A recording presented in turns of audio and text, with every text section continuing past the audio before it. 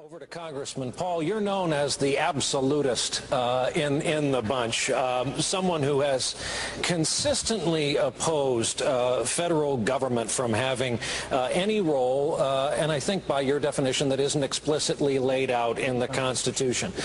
So this makes people curious. Is there a line with you? Where do you draw it? Does this include things like making cars safe, making medicine safe, air traffic control, controlling the jets above our heads?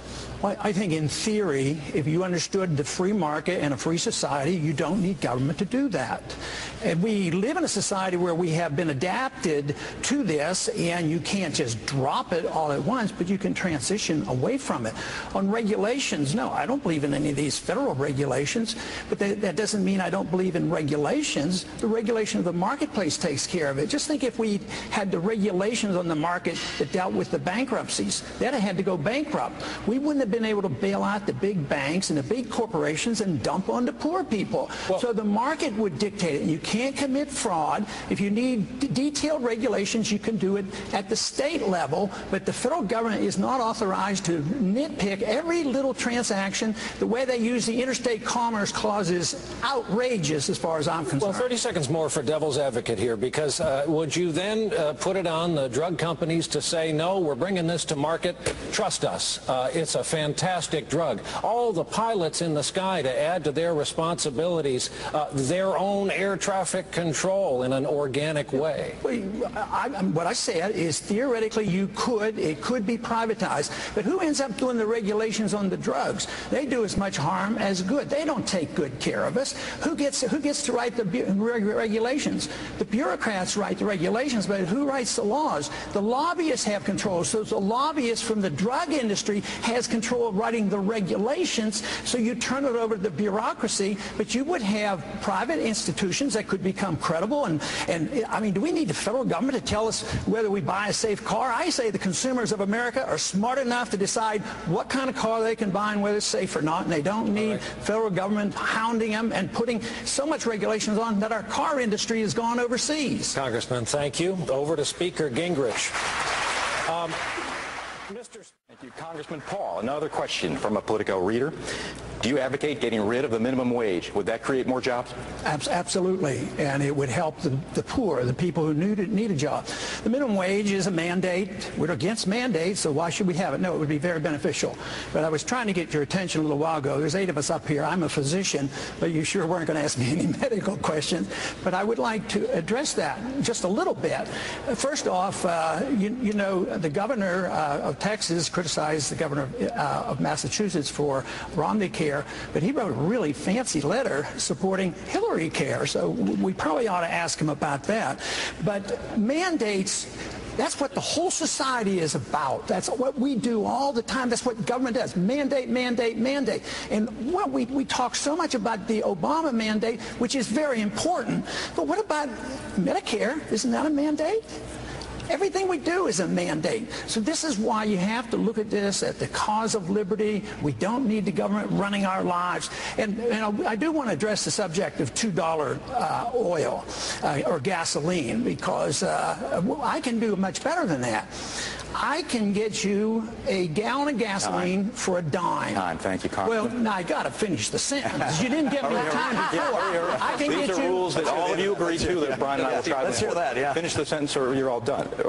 Okay, I'm going to finish the sentence then. Please. Okay, you can buy a gallon of gasoline today for a silver dime. A silver dime is worth $3.50. It's all about inflation and too many regulations. Now, Governor Perry, I saw you nod your head. John, I saw you nod your head.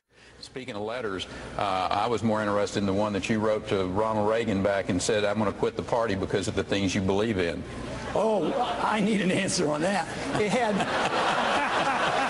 You've got a 30-second rebuttal time. I strongly supported Ronald Reagan. I was one of 4 in Texas, one of 4 members of Congress that supported Reagan in '76. And I supported him all along. And I supported all his issues and all his programs. But in the 1980s, we spent too much, we taxed too much, we built up our deficits, and it was a bad scene. Therefore, I support the message of Ronald Reagan. The message was great, but the consequence, we have to be honest with ourselves. It was not all that great. Huge deficits during the 1980s, and that is what my criticism was for. Not for Ronald Reagan's message. His message is a great message. Funny thing about the mail, kind of tends to live on forever. To all of you. Thank you. Congressman Paul, we've been talking just now about Governor Perry's rhetoric, but let's talk about his record. Just this morning, your campaign put out a statement accusing him of pushing for bailout money, supporting welfare for illegal immigrants, and trying to forcibly vaccinate 12-year-old girls against sexually transmitted disease. He's your home state governor. Is he less conservative than meets the eye? Much more so, yes. Just take the HPV. Forcing 12-year-old girls to take an inoculation to prevent this sexually transmitted disease. This is not good medicine, I do not believe. I think it's social misfit. It's not good social policy, and therefore I think this is very bad to do this. But one of the worst parts about that was the way it was done. You know, the governorship in Texas traditionally is supposed to be a weak governorship. I didn't even know they could pass laws by writing an executive order. He did it with an executive order, passed it.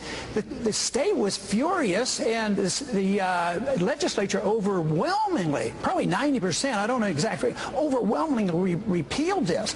But I think it's the way it was passed, which was so bad. I think it's a bad piece of legislation, but I don't like the idea of executive orders. I, as president, will not use the executive order to write laws. Thank you, Congressman. Governor Perry will get to you, but Congressman Paul, this same line, you want to abolish the TSA. What would exist in its place?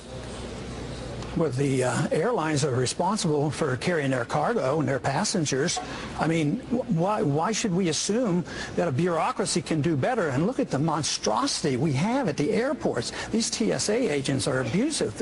Sometimes they're accused of all kinds of sexual activities on the way they maul people at the airports. So the airlines could do that. Your best at LAX tonight. I would think the airlines should treat passengers as well as a company that hauls money around, and they protect their money. They have private guards, and they could do it.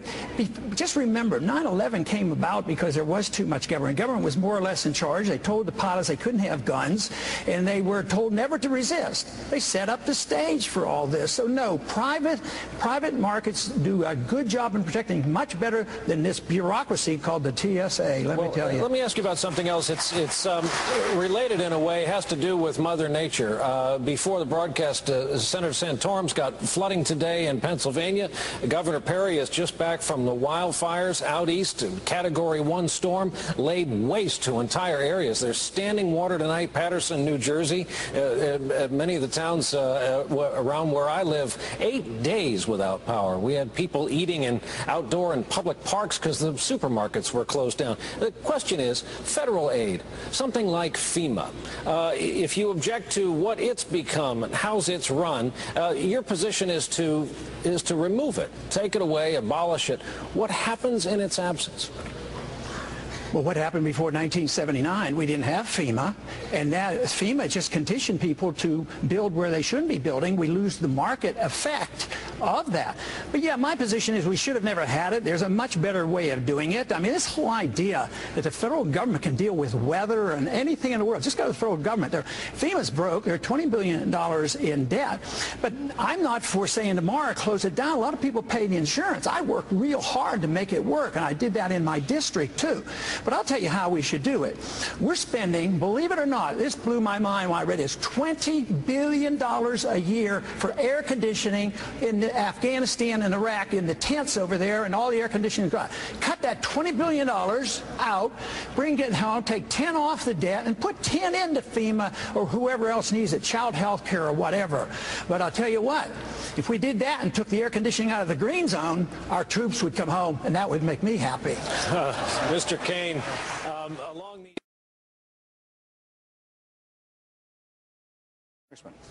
Your thought?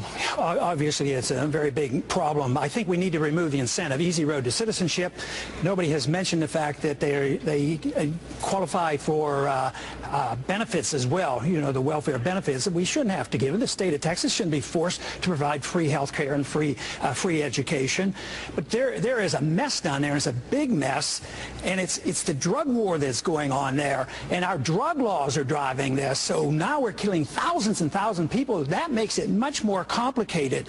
But the people who want big fences and guns, sure, we could secure the borders. A barbed wire fence with machine guns, that would do the trick.